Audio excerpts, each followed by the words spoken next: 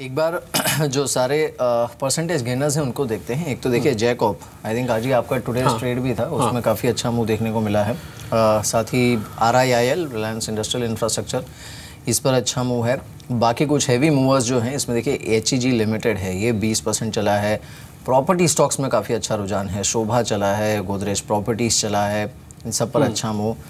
DB reality पर अच्छा move देखने को मिला है, सभी पर अच्छा मूव है इन स्टॉक्स पर। हमारे साथ जय ठक्कर जुड़े हैं, उनसे बात करते हैं। जय, शुक्रिया इस बातचीत में शामिल होने के लिए।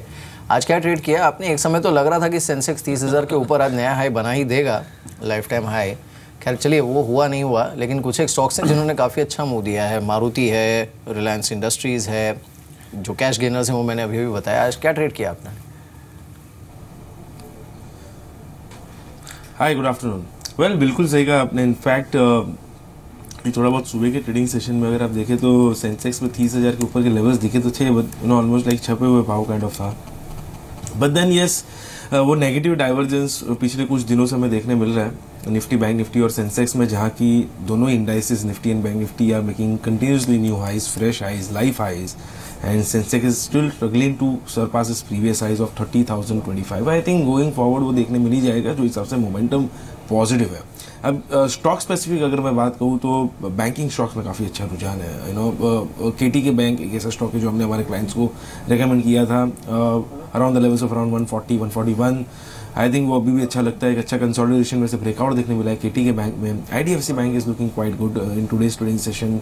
एंड जहाँ तक दूसरे बैंक्स का सवाल है तो ICICI bank and we believe PNB, इसमें भी अच्छा रुझान देखने मिलेगा गोइंग फॉरवर्ड। कल RBI पॉलिसी है तो डेफिनेटली एक स्ट्रैटेजी भी मैं रेकमेंड करना चाहूँगा ट्रेडर्स के लिए, शॉर्ट टर्म ट्रेडर्स के लिए। मेरा ये मानना है कि काफ़ी इंटरेस्टिंग चार्ट पैटर्न फॉर्म हो गई है। डेली चार्ट्स पर एक अच्छी राइजिंग चैनल फॉर्म हो रही है और exactly upper end of the channel के आसपास बैंक निफ्टी आ चुका है।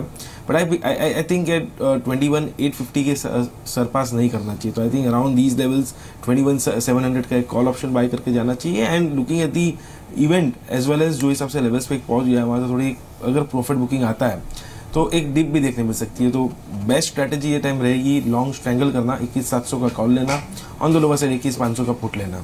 आई थिंक कहीं ना कहीं 2 और मोर देन 200 पॉइंट्स की एक मूव देखने मिल सकता है कल के ट्रेडिंग सेशन में, और कल एक्सपायरी भी है। तो I think one of these call और पुट एक अच्छे प्रॉफिट में आ सकता है। तो ये तो रही बैंकिंग की बात। और अगर स्टॉक स्पेसिफिक और देखो तो Inox Wind, Chambal Fertilisers, Engineers India, these are the through other some mid caps जहाँ जो स्टॉक्स हमने हमारे क्लाइंट्स को रेकमेंड किए हुए हैं। गुरांग, आपकी कुछ एक ना फ्रंटलाइन शेयर्स के रिसर्च बहुत अच्छी है, आपने MRF भी बताया था। ये मारुति 6300 का हो गया। ये 6000 में कई बार हाथ डालने में डर लगता था, लेकिन अब 6300 में तो बड़ा कन्विक्शन लाना पड़ेगा। अपने आप को पहले तो तैयार करना होगा, प्रॉफिट तो बात की बात है। डीलर को आप कैसे बोलेंगे जो 6000 में नहीं लेते थे आप 6300 में लेंगे वो चीज़? ये कितना और चलने वाला है? अगर ये 7000 हो जाएगा तो ठीक है, एक बार के लिए उतरेंगे। अगर ये आपको भी महंगा लग रहा है तो एक बार हम भी रुक जाएंगे।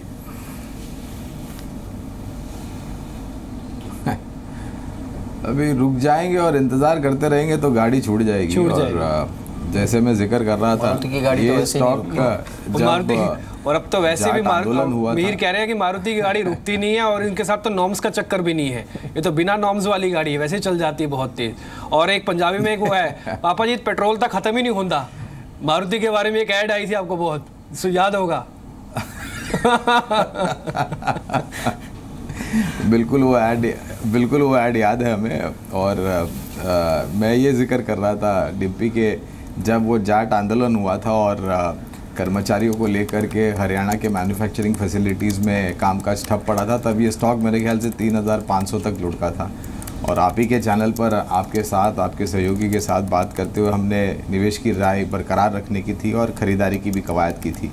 अब इस स्तर पर रिस्क रिवॉर्ड थोड़ा अनफेवरेबल हो जाता है, क्योंकि हमारा जो लक्ष्य हमने रिवाइज ऊपर की तरफ किया है वो 6,800 का है और स्टॉक 6,300 के ऊपर काम कर रहा है।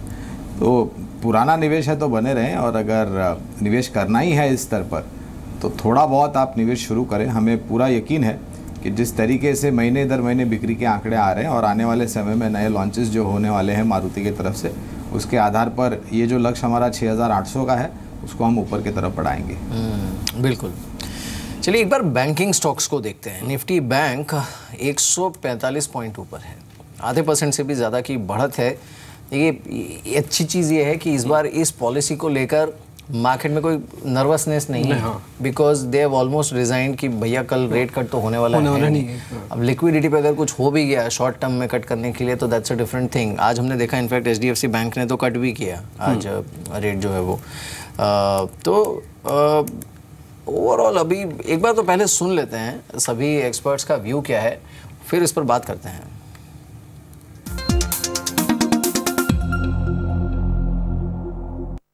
इस पॉलिसी में तो कोई गुंजाइश नहीं है रेट कट की, और अभी क्योंकि अभी फ़िलहाल RBI ने कुछ उनका स्ट्रैटेजी शिफ्ट किया है, न्यूट्रल उन्होंने किया है स्ट्रैटेजी, पहले उसका एकोमोडेटिव था।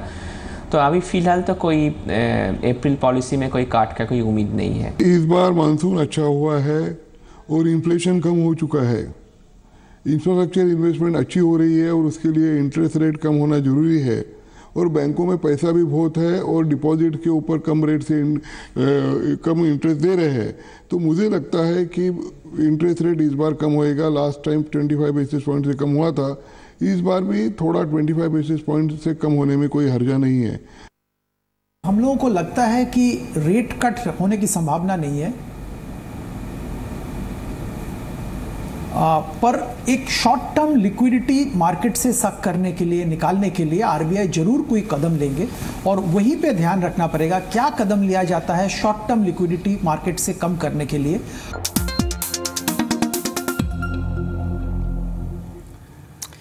चलिए खैर पॉलिसी पर तो ज़्यादा एटलीस्ट कट की एक्सपेक्टेशन तो नहीं है। 80% लोग ये मान रहे हैं हमारे पोल में भी कि कुछ नहीं होगा। लेकिन गौरांग, मैं आपसे SBI पे बात करना चाहूँगा।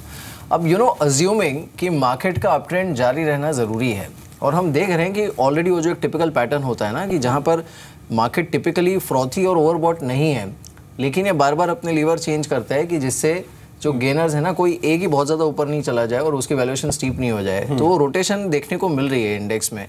इसमें अज्यूमिंग कि अप ट्रेंड जारी रहता है, तो क्या अगला कैंडिडेट Q4 नंबर्स के बाद, अब मर्जर तो इनका हो ही गया है, स्टेट बैंक ऑफ इंडिया हो सकता है?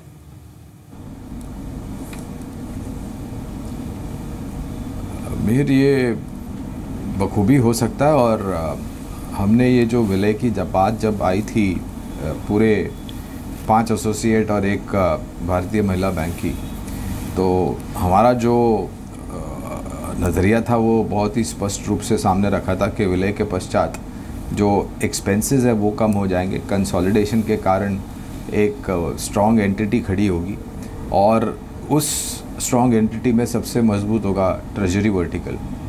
अब देखते ही देखते धीरे धीरे 240-250 वाला स्टेट बैंक ऑफ इंडिया करीबन 300 के नज़दीक आ गया है, और हमें लग रहा है कि ये 340-350 तक जा सकता है।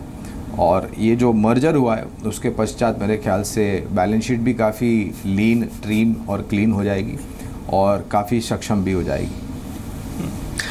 इसमें कुछ एक और शेयर भी देख लीजिए। एक तो यूनिटेक का एकाएक थोड़ा सा ऊपर आया है, हालांकि ये छोटा शेयर है लेकिन फिर भी अच्छा चल रहा है। उत्तम गालवा भी आप देख सकते हैं, ये स्टील के अंदर थोड़ा प्ले अच्छा मार रहा है।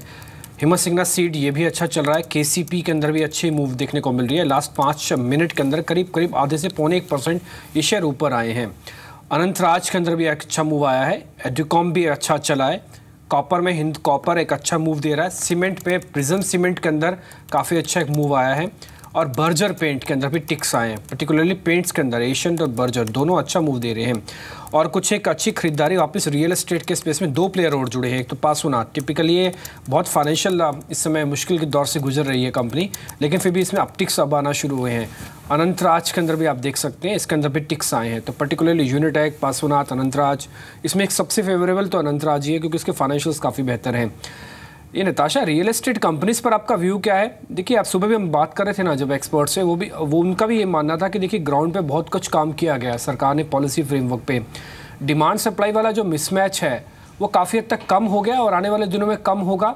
अगर ब्याज दरें और घट जाती हैं, भले वो स्लो ही करें, धीरे धीरे घटे, लेकिन घटने का ट्रेंड तो होगा ही ना।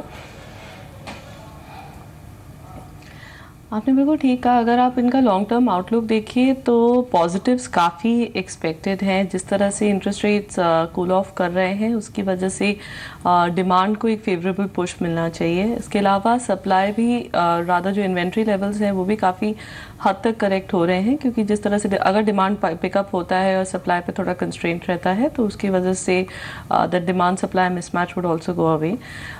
जो कंपनीज जिनकी की बैलेंस शीट स्ट्रेंथ अच्छी है, जिन्होंने ठीक वैल्यू पे अपना लैंड बैंक एक्वायर किया हुआ है, डेट ज़्यादा नहीं रखा हुआ है and have got a good execution history, उनको डेफिनेटली देखा जा सकता है। With in the sector Godrej properties is a company which we have recommended to our clients as a buy. इस बीच सुमित बगाड़िया हमारे साथ जुड़े हैं, उनसे बात करते हैं। सुमित, शुक्रिया हमारे साथ इस बातचीत में शामिल होने के लिए। अप ट्रेंड है, निफ्टी ने फिर से एक बार अपना जो हाई है उसकी तरफ का मूव किया है एंड 9264 पर इस समय खड़ा है। फिर से एक बार दिन के हाई पर कई सारे मूवर्स हैं जिन पर काफ़ी अच्छा मूव देखने को मिला है। आप क्या ट्रेड रेकमेंड करेंगे? Good afternoon Mir. देखिए तेजी का ट्रेंड रिकमेंड कर रहे हैं हम। 9200 भी इमीडिएट सपोर्ट बन चुका है निफ्टी के लिए और नीचे में 9100 ओवरऑल। आई थिंक जब तक 9200 अभी नीचे पे ब्रेक नहीं करता है तब तक बाइंग में ही रहना चाहिए निफ्टी के अंदर। एग्जिस्टिंग लॉन्ग पोजीशंस उसी ट्रेलिंग स्टॉप लॉस से होल्ड करना चाहिए। प्रेजेंट लेवल से कोई 20-30 पॉइंट की अगर गिरावट आती है निफ्टी के अंदर तो वो बाइंग अपॉर्चुनिटी के तौर पे लेनी चाहिए। इमीडिएटली 9300 का थोड़ा सा एक साइकोलॉजिकल लेवल के हिसाब से रुक सकता है। जैसे ही वो लेवल ब्रेक करेगा तो हमें 9400 9500 तक का मूव देखने को मिल सकता है। आई थिंक निफ्टी के अंदर बाय व्यू के साथ ही रहना चाहिए जब तक कोई सेल ऑफ देखने को नहीं मिलता है। हमने भी हमारे क्लाइंट्स को बाय का व्यू ही रिकमेंड किया हुआ है निफ्टी के अंदर। ठीक है, एक बार सुमित, दो शेयर और देखिए। मैं आपसे पर्टिकुलर शेयर बाद में पूछूंगा, लेकिन पहले दो शेयर मैं आपको बता देता हूं। एक तो कर्नाटका बैंक और दूसरा आपको देखना होगा पीडीलाइट। थोड़ी देर पहले हमने इसको डिस्कस किया था और ये अच्छा वापस चलने भी लगे हैं। कर्नाटका बैंक ऑलमोस्ट 4% ऊपर हो चुका है। इस पे आपके टारगेट्स क्या हैं? देखिए दोनों ही स्टॉक में तेजी लग रही है। पहले पीडीलाइट की बात कर लेते हैं। पीडीलाइट के अंदर यहाँ से ऐसा लगता है कि अगर ये 720 का लेवल ब्रेक करता है कन्विंसिंगली तो ये स्टॉक के अंदर ऑलमोस्ट 7 to 8% की तेजी देखने को मिलेगी। यानी 50 से 60 रुपए का मूव देखने को मिल सकता है, जिसके अंदर स्टॉक ऊपर में 760 770 के लेवल्स दिखा सकता है। 720 के ऊपर क्लोजिंग आते ही ये स्टॉक बहुत जल्दी शॉर्ट टर्म में ही 760 770 के लेवल्स दिखाएगा। तो एक्जिस्टिंग लॉन्ग पोजीशंस इसके अंदर बिल्कुल होल्ड करनी चाहिए और फ्रेश लॉन्ग पोजीशंस भी इसके अंदर बनाई जा सकती है। दूसरी तरफ केटी के बैंक के अंदर भी ऐसा लगता है कि यहाँ से एक अच्छा मूव देखने को मिलेगा, जिसके अंदर 170 175 इमीडिएट टारगेट्स होंगे। I think existing long positions केटी के बैंक के अंदर होल्ड करें, क्योंकि आज का मूव बहुत अच्छा है और फ्रेश लॉन्ग अगर किसी को करना है इस स्टॉक के अंदर तो 143 144 के आसपास अगर मिल जाता है तो अच्छा बाइंग लेवल्स होगा 140 के स्टॉप लॉस से, और ऊपर में टारगेट इमीडिएटली 152 होगा। उसके बाद हमको ओवरऑल टारगेट 170 तक लगते हैं केटी के बैंक के अंदर। Gaurang, India bulls housing finance और इंडिया बुल्स रियल एस्टेट, इन दोनों पर क्या व्यू है आपका?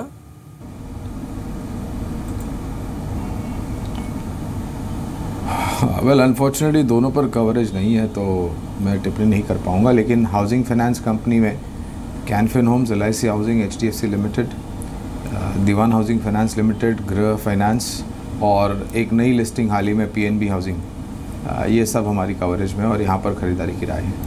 ठीक है नताशा, लॉजिस्टिक कंपनीज में पर्टिकुलरली आज भी चर्चा हो रही है। आज राज्यसभा में GST के वो चारों बिल रखे गए हैं जिस पे आज बहस होगी, 8 घंटे होगी और कल वित्त मंत्री फिर से बयान देंगे। तो शायद हो सकता है इसका भी इफेक्ट हो कि आज फिर से लॉजिस्टिक कंपनीज कुछ चल रही हैं।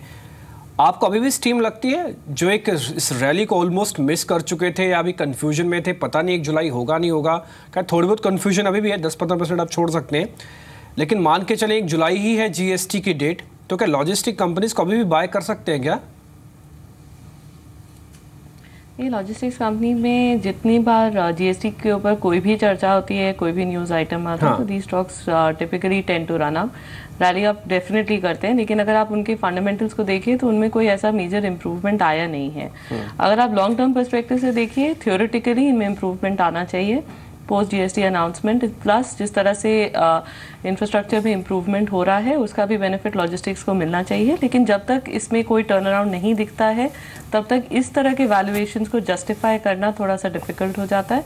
हाँ, अगर किसी तरह का करेक्शन आता है तो you can definitely take it, और अगर आप न्यूज़ बेस्ड आइटम के हिसाब से ही देख रहे हैं तो शॉर्ट टर्म ट्रेड्स के लिए देखा जा सकता है, but from a long term perspective the fundamentals really do not justify this valuations.